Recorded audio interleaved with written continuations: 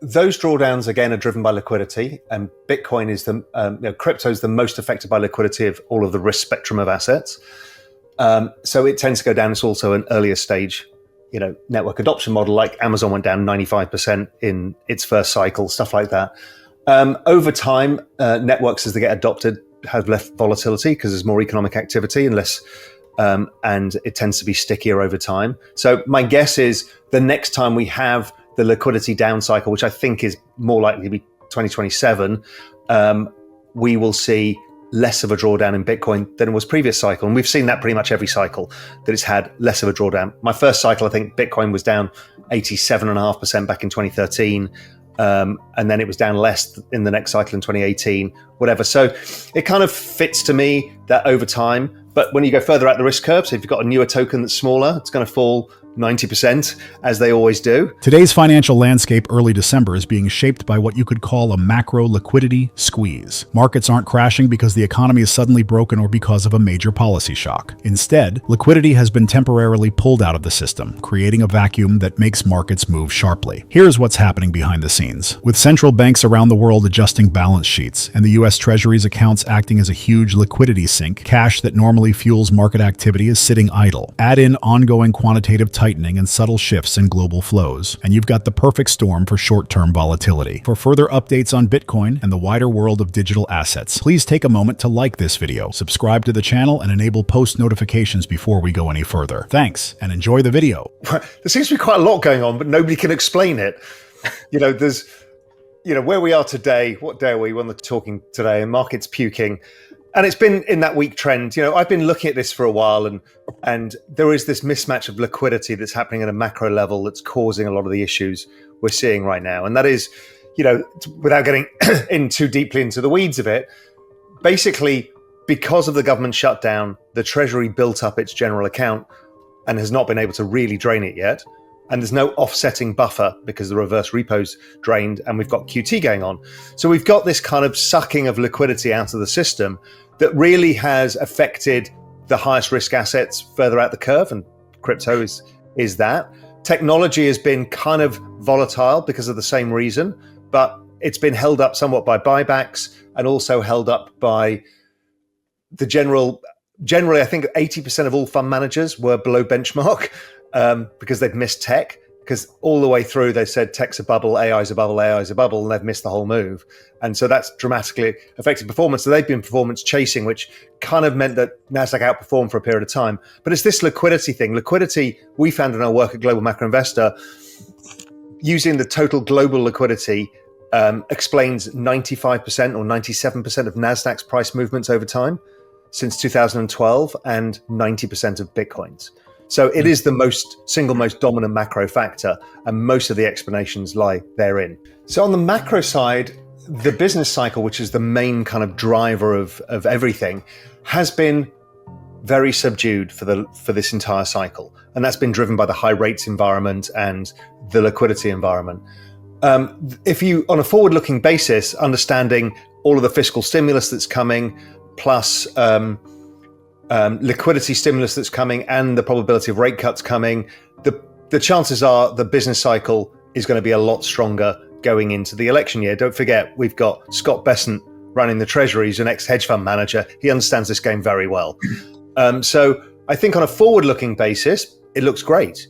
But what you've got is this liquidity air pocket that means that there's not as much money around. So the people's propensity to take money off the table is higher. People are nervous. I mean, we've seen the fear index in equities be down at like 8, which is insane considering the market's barely off the highs. So it shows you there's some pervasive sense of fear. And so any movement in the market kind of gets exaggerated very quickly. And I think, after the NVIDIA earnings, people just want to quickly take money off the table. And as you say, next week's a US holiday week. Things start calming down as well. And if you've had a decent year, you do want to protect it. But normally end of the year is usually pretty strong. And considering they've got to drain somewhat of the TGA to pay for all of the employees they furloughed, and etc., there's a reasonable amount of liquidity that will come into the economy over year end. Those drawdowns, again, are driven by liquidity. And Bitcoin is crypto is the most affected by liquidity of all of the risk spectrum of assets. So it tends to go down. It's also an earlier stage, network adoption model, like Amazon went down 95% in its first cycle, stuff like that. Over time, networks, as they get adopted, have less volatility because there's more economic activity and less, and it tends to be stickier over time. So my guess is the next time we have the liquidity down cycle, which I think is more likely to be 2027, we will see less of a drawdown in Bitcoin than it was previous cycle. And we've seen that pretty much every cycle, that it's had less of a drawdown. My first cycle, I think Bitcoin was down 87.5% back in 2013. And then it was down less in the next cycle in 2018, whatever. So it kind of fits to me that over time. But when you go further out the risk curve, so if you've got a newer token that's smaller, it's going to fall 90%, as they always do. So I don't think that changes anytime soon. It's just the question is are we starting it now, which is what some people think, because they think that the 4-year cycle in crypto is the most dominant factor. And I would say, no, it's driven by the debt refinancing cycle. So it's just two different ways of looking at it. And, from what I can see, we've got 10 trillion of debt to roll over the next 12 months. If you're rolling 10 trillion of debt, you're going to need some liquidity to do it. So in which case, it's hard for the market to go down. Bitcoin has outperformed, or no, the NASDAQ has underperformed Bitcoin by 99.97% since 2012. So it's been a one-horse race right now. I call it the supermassive black hole. Will that always be prevalent? Maybe not. But it's very difficult. There are some clear winners that have done better. So NVIDIA has done well over that time, stuff like that. So again, all I do with that bet is this is all the same thing. The world is about to become more digital tomorrow. And these are the two mega horses in that race. How do you allocate your capital between the two? Depends on your risk profile, and depends on, what has got the relative kind of attention thrust or momentum at any one period of time. This year, it's been technology stocks. Last year, crypto massively outperformed. So what do you hold over an extended period of time? A bit of both. Raoul emphasizes that liquidity is the main reason for cryptocurrency's poor performance this year rather than the market itself. Cryptocurrency tends to increase when liquidity flows. In keeping with his don't screw this up philosophy, he keeps concentrating mostly on layer 1 projects and steers clear of excessively hazardous wagers. Network adoption and positive macro liquidity trends are the two main components of his method. Crucially, he thinks that returns are actually driven by the entire business cycle rather than just Bitcoin's halving cycle. Both the tech and cryptocurrency markets could experience substantial growth if the business cycle kicks up in 2024, as present trends point to. Please take a moment to like this video, subscribe to the channel, and enable post notifications for future Bitcoin, macroeconomic, and digital asset content before we go any further. Now, let's get into his powerful predictions. Between what's happening in technology and crypto, this is the greatest macro trade of all time, and it's not over yet. So to try and get too cute with it is hard, and I'm able to stomach the volatility and have the cash flows to do it, so I don't need to do it. But for other people, just manage that risk because it's not easy. Crypto, there's two different levels. One is, go back to its liquidity. So liquidity has hit crypto more than anything else, and that is the Fed net liquidity that has shrunk. So it's hit that, but then we've got OG profit taking we've seen, so that continues. And that kind of makes sense. And you've got this pervasive opinion that the 4-year cycle is what it is, and therefore you must sell in November and go, October, November, and go away and come back in, 12 months' time. So there's that pervasive feeling. And then there's, I think, somewhere there is some damage that was done during the October the 10th flash crash in crypto. Now, I don't know if there's a body there, but my guess is the balance sheets of some of the market makers are impaired. So it means that they can't provide as much liquidity as they have done, which exaggerates price moves. I think that probably makes sense. We're also seeing some unwinding of the token holdings by the DATs because of the construct that they've got. They buy back their equity. So, that's ugly, and that will probably continue if price action continues like this. So you've got this supply going on, less liquidity around because of the Federal Reserve and the Treasury, and less liquidity in markets because of impairment after October 10th. Makes it just feel not great. Yeah. Right. This is the scaling of intelligence to infinity. Intelligence is what we have been paid our careers for. Our intelligence goes to zero in value over time. Doesn't mean we go to zero in value, but that particular aspect of what we do. So it is the most profoundly disruptive technology the world has ever seen. It is of civilizational level importance. Of the importance, it is the largest game of nations we will ever see played, because nobody can allow the other side to win this. So more than nuclear proliferation, this endlessly scales. And so, I know people didn't like it when Sam Altman talked about government backstops. There is absolutely a backstop. There is not a single way the US or China would allow their industry to not succeed. So that's how big this is.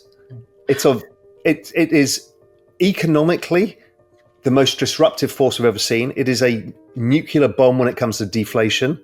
People just have no comprehension of how big this thing is. So for me, it depends on your time horizon. I mean, I don't look at it in year-to-year gains. You look at it full cycle gains. Full cycle for me is the business cycle. So it's not necessarily the 4-year Bitcoin cycle. So you look at the gains over the cycle, and over time they compound. So here we've had a year which has been pretty lackluster. It's gone nowhere at Bitcoin level. But at Bitcoin level means that everything below that has underperformed. And I get it. It feels terrible.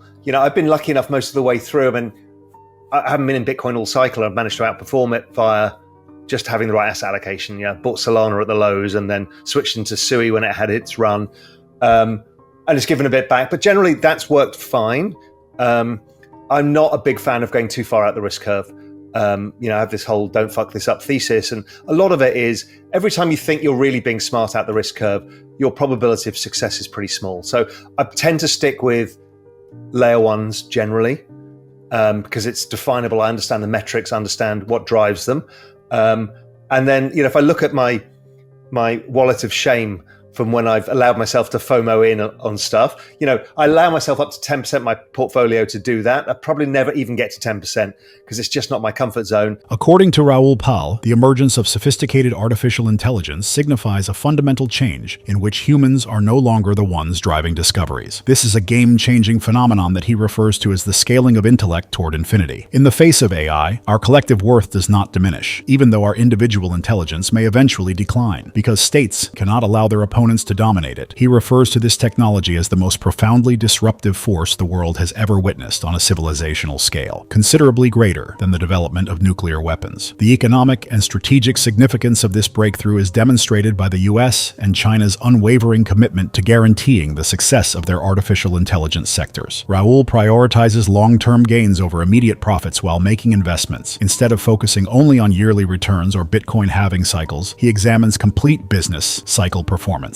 Although IT and cryptocurrency have had a poor year, this is mostly because of muted liquidity rather than underlying issues. Raoul also discusses his investment attitude and wants to stay with Layer 1 blockchain initiatives. He gives himself a tiny percentage of his portfolio for riskier wagers, but in the past, going too far beyond what is comfortable has frequently resulted in losses. His strategy is centered on network adoption, liquidity, and macroeconomic tailwinds. Cryptocurrency increases when liquidity flows, and as of right now, total liquidity has not yet hit the highs required to propel markets much higher. Please take a moment to like this video, subscribe to the channel, and enable post notifications for future Bitcoin, macroeconomic, and digital asset content. And as always, happy investing.